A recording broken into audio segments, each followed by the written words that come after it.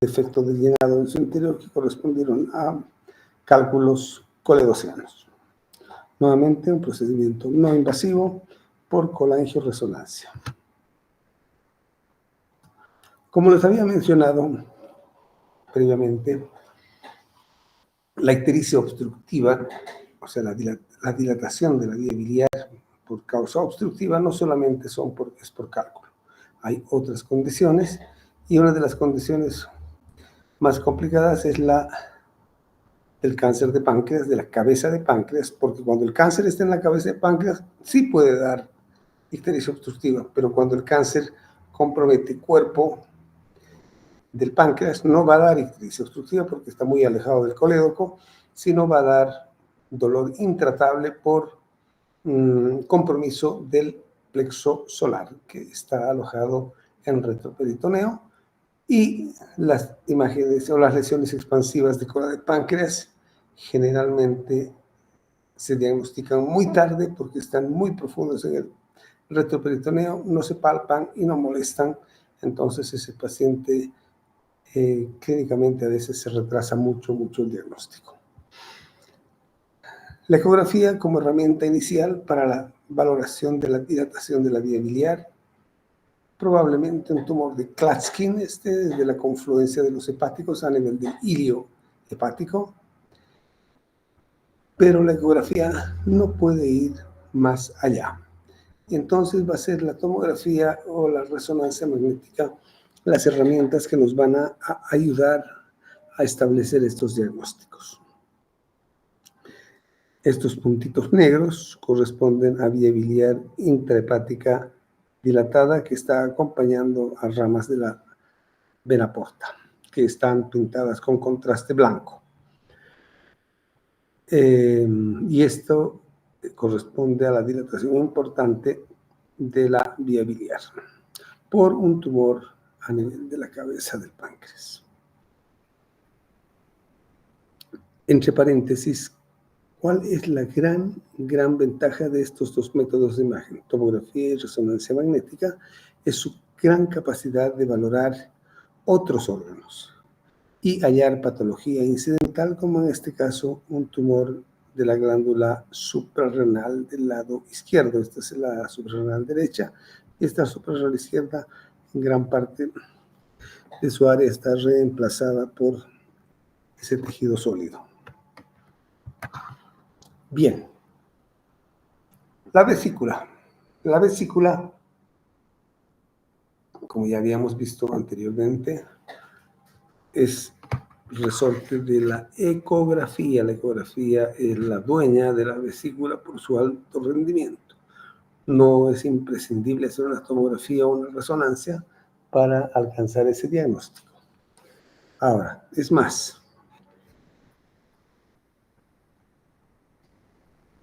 podemos encontrar pequeñas lesiones como estos pequeños pólipos.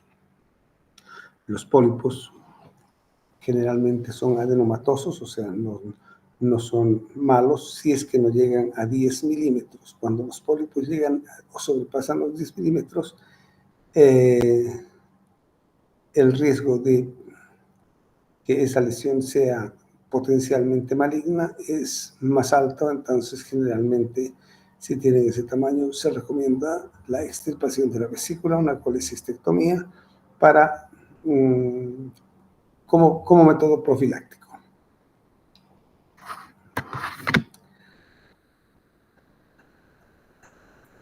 Múltiples pequeñas imágenes ecogénicas en esta vesícula que corresponden a cálculos. La tomografía es capaz de ver cálculos siempre y cuando estén calcificados, como en este caso, o en este caso más grosero. Pero si la densidad es de partes blandas, la tomografía computada puede ser absolutamente negativa y hay que creerle más a la ecografía que a la tomografía por su mayor capacidad de discriminación de contrastes.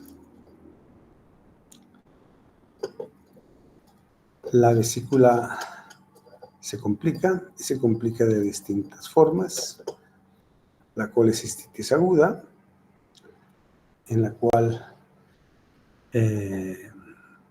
la vesícula está aumentada de tamaño en forma importante y por el proceso inflamatorio hay alteración significativa de la grasa perivesicular. Pero no es la tomografía computada la primera herramienta a la cual van a echar ustedes mano para una colecistitis aguda, sino va a ser a la ecografía.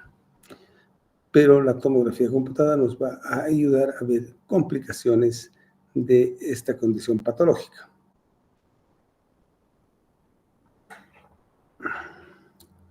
El otro problema, la otra complicación de la vesícula, que no es aguda, son las lesiones neoplásicas, en este caso una masa vesicular con ascitis. Normalmente el hígado, que es está pegado a la pared abdominotorácica.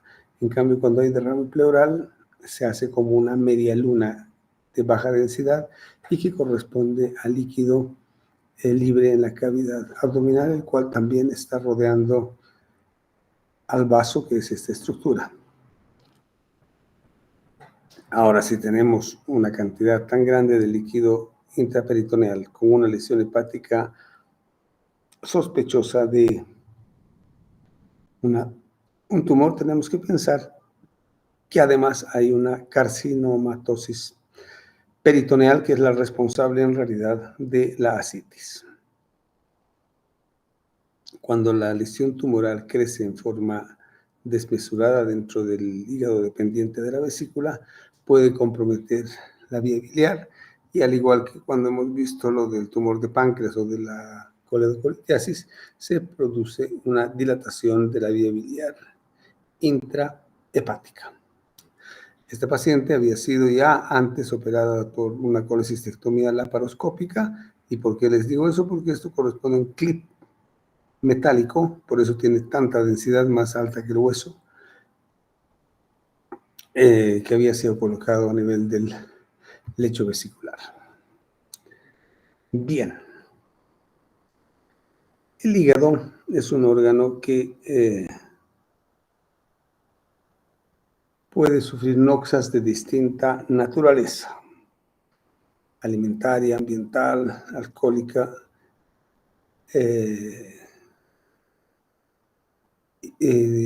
por inmunidad, enfermedades inmunitarias, tratamientos médicos que de una u otra forma comprometen la funcionalidad del hígado, alteraciones cardíacas que pueden provocar también compromiso cardíaco por ingurgitación de las venas suprahepáticas por aumento de presión en cavidades derechas. Entonces hay múltiples causas, no solamente el alcoholismo, como causa de hipertensión portal y de cirrosis. Pero nuestro rol es tratar de valorar estos pacientes. Los pacientes con hipertensión portal se van a manifestar generalmente por cambios en la estructura del parénquima hepático, secundarias en la mayor parte de ellas a enfermedad sinusoidal del hígado, en el caso de la cirrosis. Aquí, por ejemplo, paciente con un hígado pequeño, de contornos multilobulados, de estructura difusamente heterogénea. Ya les había mencionado estas áreas de hipodensidad que hacen que el hígado se desplace medialmente, corresponden a ascitis, en este caso masiva, en este otro paciente en menor grado. Pero aquí estamos viendo con contraste la vena porta y esta vena que se dirige hacia la parte anterior del hígado, y si la seguimos va a llegar hasta el ombligo, lo mismo que acá, y corresponden a repermeabilización de las vasa vasorum de la vena umbilical, ya que después del parto se trombosa una vez que se liga el cordón umbilical. Nuevamente, la tomografía computada tiene la gracia de mostrar otras alteraciones, como en este caso un trombo en el lumen de la confluencia entre la mesentérica superior y la vena esplénica, que van a conformar posteriormente la vena porta. Y estos pacientes, por el aumento de presión que genera tanto el compromiso parenquimatoso sinusoidal como la presencia de compromiso vascular, como en este caso un trombo, hacen que se desarrollen varices. Acá tenemos todos estos puntos blancos, estas estructuras de mayor tamaño corresponden a dilataciones varicoides de la vena esplénica con vasos cortos hacia la curvatura mayor del estómago y otros vasos que se extienden hacia el área del esófago, asociándose a varices esofágicas. Por lo tanto, tenemos compromiso parenquimatoso, compromiso vascular con trombos, hipertensión portal con esplenomegalia y vasos varicosos en el ilio esplénico y a nivel de la unión esófago-gástrica. No solamente con tomografía podemos valorar eso con resonancia. En este caso estamos viendo un paciente con un compromiso de la vena porta por trombosis de la vena porta y transformación cavernomatosa, y eso se da por la dilatación anormal de vasos de las paredes de la porta trombosada para poder llevar un poco de sangre por ese territorio, para ese territorio portal distal, el cual obviamente va a estar alterado en su anatomía. Nuevamente un trombo endoluminal en la confluencia esplenomesenterica. Normalmente todo esto debiese estar llenado por este líquido blanco que corresponde al contraste mezclado con la sangre, y ahí correspondía a un trombo, otro trombo, que no son infrecuentes en pacientes con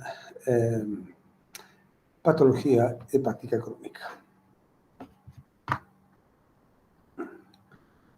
Y ahora, dicho todo esto, vamos a pasar un poco al páncreas. La tomografía computada es la mejor modalidad diagnóstica para evaluar páncreas. ¿Por qué? Porque no tiene problemas. Pues un paciente gordo, flaco, la tomografía computada hace los cortes y nos muestra todo la relación de los distintos órganos entre sí. Este es el páncreas. Esta es la vena esplénica. Esta es la confluencia espleno-mesentérica y de aquí va a generarse la vena porta. Este es el hígado, la vesícula. Estas son asas intestinales con contraste en el lumen, ambos riñones, vena cava, aorta, grasa del mesenterio. Si a este paciente le hiciésemos ecografía, es muy probable que del páncreas solamente podamos ver este pedacito. Todo esto queda absolutamente ciego porque tenemos asas, tenemos mucha grasa, entonces son elementos que dificultan la exploración ecográfica. ¿Y qué patologías podemos nosotros, con los distintos métodos de imagen con los cuales contamos, valorar en páncreas? Por supuesto, el páncreas normal. Cuando hay un proceso inflamatorio, la pancreatitis aguda, que se manifiesta por aumento de volumen de la glándula pancreática, alteración de su estructura y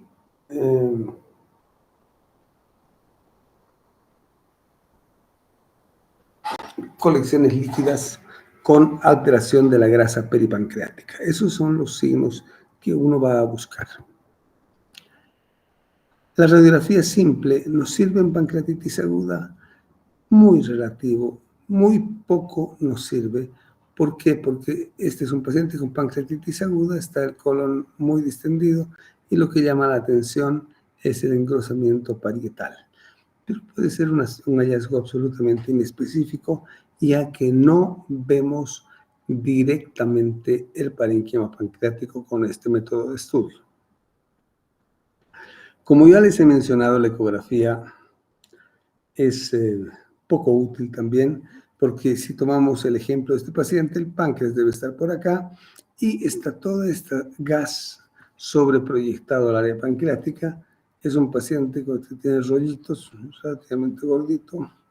Entonces, son factores que nos van a limitar de manera significativa la visualización del páncreas. En cambio, con tomografía computada podemos desplegar todas las estructuras y aquí ver claramente este pedazo de páncreas que se pinta, entonces asumimos que está viable el parénquima, pero hay áreas que hay necrosis, por eso no se pintan. Entonces, cuanto más grande el área de necrosis de una pancreatitis aguda, peor el pronóstico para el paciente. Se asocia al líquido libre, generalmente importante, y ese líquido libre se puede infectar y dar lugar a la generación de un absceso pancreático, que obviamente tiene connotaciones distintas. La otra complicación, aparte de las colecciones líquidas, de los abscesos, es la del pseudoquiste pancreático, que se forma un quiste dependiente del lecho pancreático, rodeado por una cápsula fibrosa y gruesa. Y eso habitualmente después de las 2 semanas de inicio de la pancreatitis aguda. Pero esto lo que va a provocar son compresión. Este es el estómago, esto negro de acá, está comprimido, francamente, una compresión importante. Y este elemento es muy, muy positivo, digamos, para el tratamiento del paciente. ¿Por qué? Porque actualmente los gastroenterólogos pueden ingresar al estómago, llegan al estómago, valoran esta impronta que hace esta lesión sobre la pared posterior del estómago, perforan y colocan un tubito que conecte el lumen gástrico con el lumen de la colección líquida, y eso se llama gastrocistoanastomosis endoscópica. Es un muy buen procedimiento porque lo que hacíamos antes era colocar una aguja, facilito colocar, no es ningún problema, un drenaje, estamos ahí. Y el problema es que este líquido generalmente está dependiente de algún conducto de páncreas. El problema es que le hacemos un flaco favor al paciente porque le generamos una fístula pancreático-cutánea que es de difícil manejo, y obviamente uno no le gustan las complicaciones, y preferible es este método, que si bien se va a generar una fístula también, pero se va a generar una fístula al estómago y al tubo digestivo y no va a complicar la vida del paciente con una fístula pancreático-cutánea. Hay complicaciones más serias. Este es el páncreas. Esta es una tomografía muy antigua y vemos esta colección líquida ventral al cuerpo del páncreas con 2 densidades, una alta densidad y una densidad media, y correspondió a un aneurisma de la arteria esplénica secundario a una pancreatitis aguda, porque si bien la vena esplénica está acá, la arteria esplénica está ahí, entonces se producen cambios óseos erosivos que condicionan la presencia de esa patología. La otra complicación de la pancreatitis aguda es la trombosis de la vena esplénica, y que, al igual que la trombosis de la confluencia espleno-mesentérica, puede condicionar y llevarnos a una hipertensión portal presinusoidal, porque se está provocando antes del parénquima hepático. A esto me refería yo cuando les hablaba de los drenajes percutáneos en la pancreatitis aguda con colecciones líquidas, con abscesos peripancreáticos y en fosas, en correderas parietocólicas, que son de localización retroperitoneal. Todas estas burbujas y esta colección líquida están libres.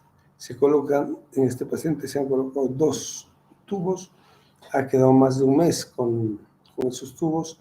Por suerte no nos hizo una fístula pancreático-cutánea y fue de alta sin mayor drama. Pero si se pudiese hacer para todos los pacientes la gastrocistoanastomosis sería ideal, pero no es posible. Pero la pancreatitis crónica, aparte, la pancreatitis aguda, aparte del pseudoquiste páncreas y los otros, las otras complicaciones, tiene otra complicación significativa que es la pancreatitis crónica. Y la pancreatitis crónica se manifiesta por la presencia de dilatación irregular del conducto pancreático. Esta es una tomografía y esto es una resonancia. Ambas nos dan la misma información. La ventaja de la resonancia respecto a la tomografía es que no usa radiación ionizante. Pero ambas tienen buen rendimiento.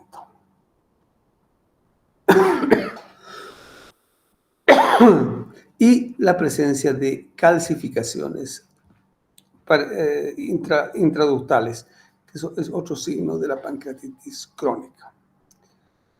La pancreatitis crónica va a comprometer la salud del paciente y la funcionalidad de otros órganos, pero el problema y el temor mayor de la pancreatitis crónica es el cáncer de páncreas. O sea, si bien el hepatocarcinoma se asienta en un 85% de los casos sobre un hígado cirrótico, no es que todos los cirróticos van a ser hepatocarcinoma, sino que el hepatocarcinoma se asienta, se origina de un hígado enfermo en un porcentaje muy, muy significativo. Lo mismo pasa acá, en pancreatitis crónica y cáncer de páncreas. Es una condición que nos puede llevar a este diagnóstico. Aquí les voy a mostrar algunos ejemplos. Cáncer en cabeza de páncreas, que hacíamos hace muchos años cuando no había endoscopía intervencional. Pinchábamos, aquí estamos pinchando a través del estómago, esta es una aguja, hasta llegar a la lesión tumoral, aspirar y obtener una cantidad adecuada de células para que el patólogo nos pueda ayudar con el diagnóstico definitivo. Este paciente, que es en cabeza de páncreas, va a asociarse a dilatación de la vía biliar, pero este otro paciente que tiene un tumor mucho más grande, esta es una tomografía y una resonancia, como ustedes ven, la información es prácticamente la misma, llegan a tener dimensiones tremendas estos tumores de cola de páncreas antes de llegar a dar diagnóstico, a diferencia de los tumores en cabeza de páncreas que muchas veces ya con tamaño pequeño nos dan alteraciones significativas y clínica mucho más llamativa.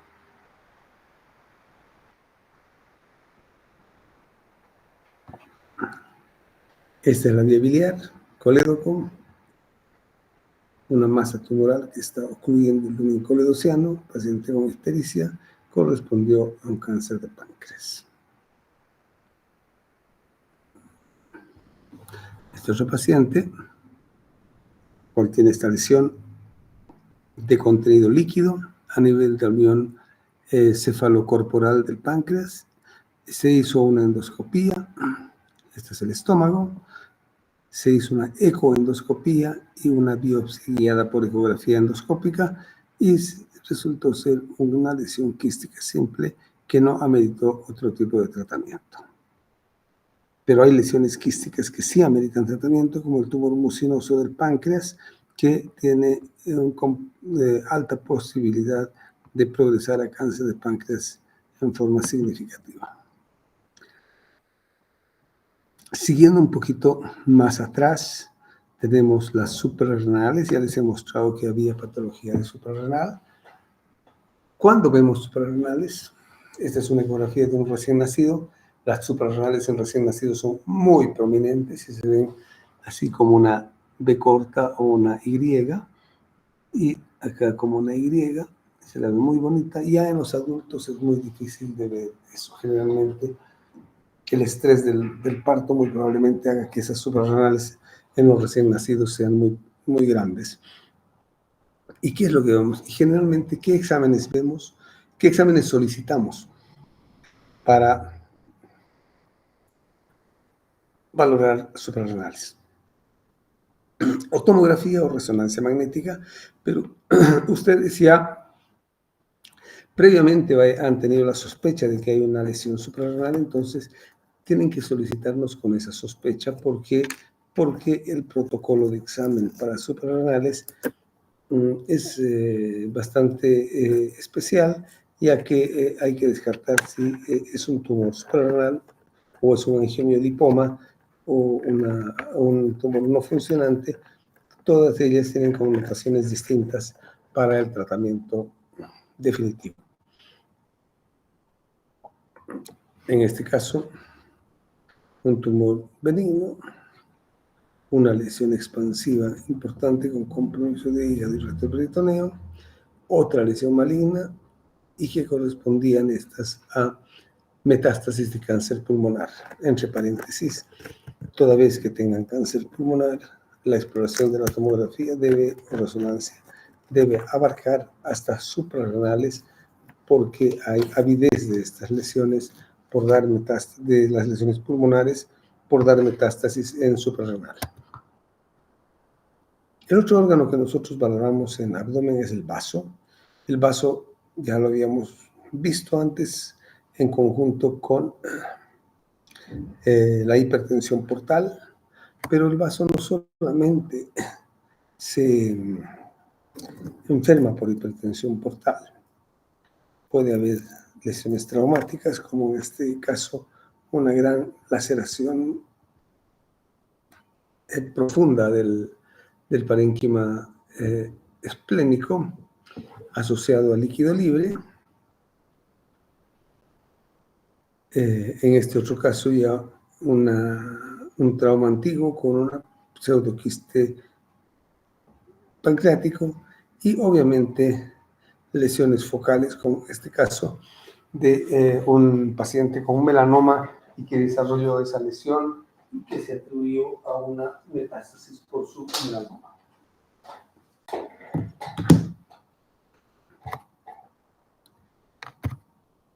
Y en retroperitoneo, las otras cosas que nos permiten estos métodos de imagen seccionales, como la tomografía y la resonancia, es valorar el retroperitoneo en búsqueda de patología a este nivel. Esto corresponde a los pilares del diafragma, las cruras, riñones, vaso, hígado, en corte coronal, en corte axial el hígado, vena cava inferior, aorta, pilares del diafragma. Este es el espacio retrocrural que aloja actualmente adenopatías, que es donde vamos a buscar el vaso. La aorta con el origen de las arterias renales.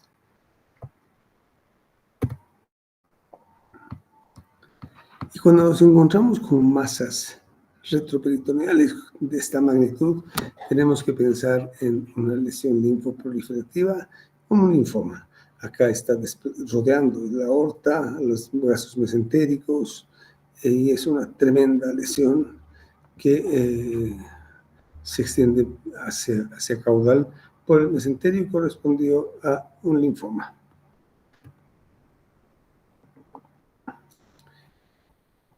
Pero un poquito más atrás están los músculos psoas, y los músculos psoas se pueden enfermar.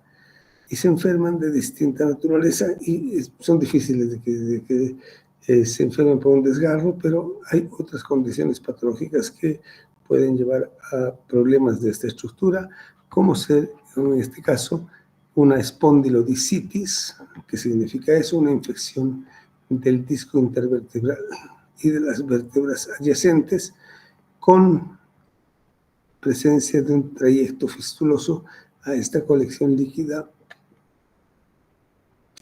paravertebral que correspondía a toda esta colección líquida, y esto era un absceso del músculo psoas, el cual fue drenado percutáneamente. Esto es el tubo, le pusimos un tubo ahí y se evitó la cirugía. Pero el retroperitoneum también está en la aorta y la vena cava inferior y tienen patología. Pueden no existir la vena cava, perdón, aquí no hay. Trombo en la vena cava, este defecto de llenado. Ya, esta es la vena cava normal y la aorta normal.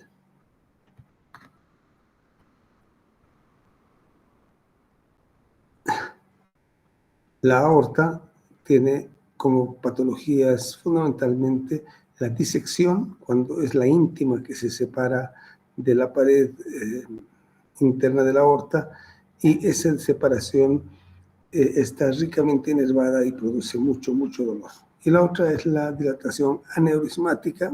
Este es el lumen con contraste, y esto es un trombo parietal, por eso no se pinta de blanco, pero el diámetro de este aneurisma es considerable y obviamente se tiene que tomar previsiones para que no surjan problemas de mayor magnitud. Esta es una tomografía con reconstrucción geográfica que permite planificación de los stents. Y finalmente, estos métodos de imagen, cuando estamos hablando de patología de pesquisa oncológica, tenemos una imagen que se llama la resonancia magnética de cuerpo total. Es un examen muy específico y tiene que ser solicitado específicamente para búsqueda de lesiones secundarias. Y las imágenes que se obtienen son de esta naturaleza, entonces se ve todo el cuerpo y se ven si hay alteraciones en cerebro, en pulmones, en área abdominal, pélvica o en estructuras musculares, y posteriormente, si se encuentra algo, se sugiere la realización de un estudio específico del área que encontramos la anomalía. Muy bien, muchachos, hemos llegado justo a los 45. Ya no nos hemos pasado ni un minuto. Entonces, en la próxima clase me van a ayudar para ver dónde hemos quedado, para que yo pueda continuar con el temario. Muy bien, entonces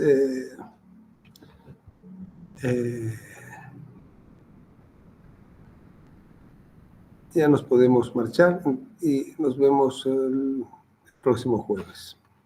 Hasta luego. Gracias, doctor. Hasta luego, doctor. Muchas gracias.